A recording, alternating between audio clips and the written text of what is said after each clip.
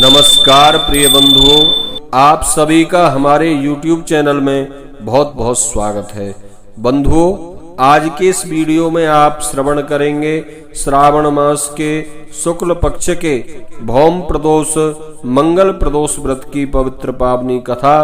तो कृपया चैनल पर नए हैं, चैनल को सब्सक्राइब कर लें, बेल आइकन को प्रेस कर दें, जिससे कि इस चैनल पर आगे आने वाले सभी वीडियो का नोटिफिकेशन आपको प्राप्त होता रहे। हम आपके लिए प्रत्येक व्रत त्योहारों की जानकारी, व्रत कथाएं वीडियो के माध्यम से आप तक पहुंचाते रहते हैं। तो वीडियो को लाइक करें और कमेंट में ओम नमः शिवाय अवश्य ही लिखें। बंधुओं, मंगलवार प्रदोष व्रत में भगवान शिव की पूजा के साथ साथ हनुमान जी की पूजा भी यदि की जाए तो अत्यंत पुण्य फल प्राप्त होता है और भगवान शिव और उनके ही अवतार श्री हनुमंत लाल का शुभ आशीर्वाद प्राप्त होता है। तो चलिए प्रारंभ करते हैं भौम प्रदोष व्रत की पवित्र पावनी कथा। तो एक बार प्रेम से कहिए, बोलिए शंकर भगवान की जय, पार्वती माता की जय, अनंत बलवंत श्री हनुमंत लाल की जय। सूत जी बोले, अब मैं मंगलवार त्रयोदशी प्रदोष व्रत का विधि विधान कहता हूँ। मंगलवार का दिन व्याधियों का नाश करने वाला है। इस व्रत में एक समय व्रती को गेहूं और गुड़ का भोजन करना चाहिए। इस व्रत के करने से मनुष्य के सभी पाप और रोग नष्ट हो जाते हैं, इसमें किसी प्रकार का संशय नहीं है। अब मैं आपको उस बुढ़िया की कथा सुनाता हूँ जिसने यह व्रत किया और मोक्ष को प्राप्त किया।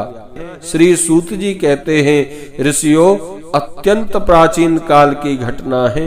एक नगर में एक बुढ़िया रहती थी। उसके मंगलिया नाम का एक पुत्र था। वृद्धा को हनुमान जी पर बड़ी श्रद्धा थी।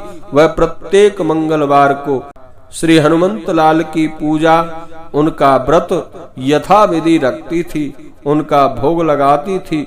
उसके अलावा मंगलवार को एक तो ना तो अपने घर को लीपती थी और ना ही मिट्टी खोदती थी। इसी प्रकार से व्रत रखते हुए जब उसे काफी दिन बीत गए तो हनुमान जी ने सोचा कि चलो आज इस वृद्धा की श्रद्धा की परीक्षा लेकर देखते हैं। श्री हनुमंत लाल साधु के वेश में उस बुढ़िया के द्वार पर जा पहुंचे और पुकारा, कोई है हनुमान का भक्त जो हमारी इच्छा पूरी कर सके। वृद्धा ने यह पुकार सुनी तो बाहर आई। पूछा कि महाराज, क्या आज्ञा है। साधु वेशधारी हनुमान जी बोले कि मैं बहुत भूखा हूँ, भोजन करूंगा, थोड़ी सी जमीन लीप दें। वृद्धा बड़ी दुविधा में पड़ गई। अंत में हाथ जोड़कर प्रार्थना की, है महाराज, लीपने और मिट्टी खोदने के अतिरिक्त जो काम आप कहेंगे मैं वह सब करने को तैयार हूँ। साधु रूपी हनुमान जी ने बुढ़िया से 3 बार वचन भरवाए और उनकी परीक्षा लेने के लिए कहा, एक काम करो, यदि तुम लीपती नहीं हो आज के दिन और मिट्टी नहीं खोद सकती हो तो तुम अपने बेटे को बुलाओ, मैं उसे औंधा लिटाकर उसकी पीठ पर आग जलाकर भोजन बनाऊंगा। वृद्धा ने सुना तो पैरों के तले धरती खिसक गई, मगर वह वचन हार चुकी थी। उसने अपने बेटे मंगलिया को पुकार कर कहा। मंगलिया आया, साधु रूपी हनुमान जी के हवाले कर दिया, मगर साधु ऐसे ही मानने वाले ना थे।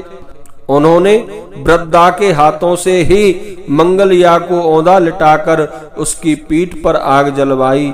आग जलाकर बंधुओं, दुखी मन से वृद्धा माता अपने घर के अंदर जा घुसी। साधु जब भोजन बना चुका तो उसने वृद्धा को बुलाकर कहा कि वह मंगलिया को पुकारे ताकि वह भी आकर भोग लगा ले।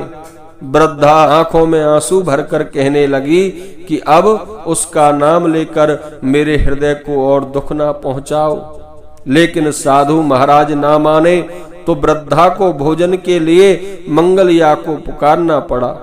पुकारने की देर थी बंधुओं कि मंगलिया भार से हंसता हुआ घर में दौड़ा आया। मंगलिया को जीता जागता देखकर वृद्धा को बड़ा सुखद आश्चर्य हुआ। वह साधु महाराज के चरणों में गिर पड़ी। साधु महाराज ने उसे अपने असली रूप में दर्शन दिए। हनुमान जी को अपने आंगन में देखकर आज वृद्धा माता के खुशी की कोई सीमा नहीं थी। वृद्धा को लगा कि आज जीवन सफल हो गया। सूत जी बोले, हे ऋषियों, इसी प्रकार भौम प्रदोष व्रत को करने से भगवान शिव और हनुमान जी महाराज की कृपा प्राप्त होती है। बोलिए शंकर भगवान की जय, पार्वती माता की जय, हनुमान जी महाराज की जय।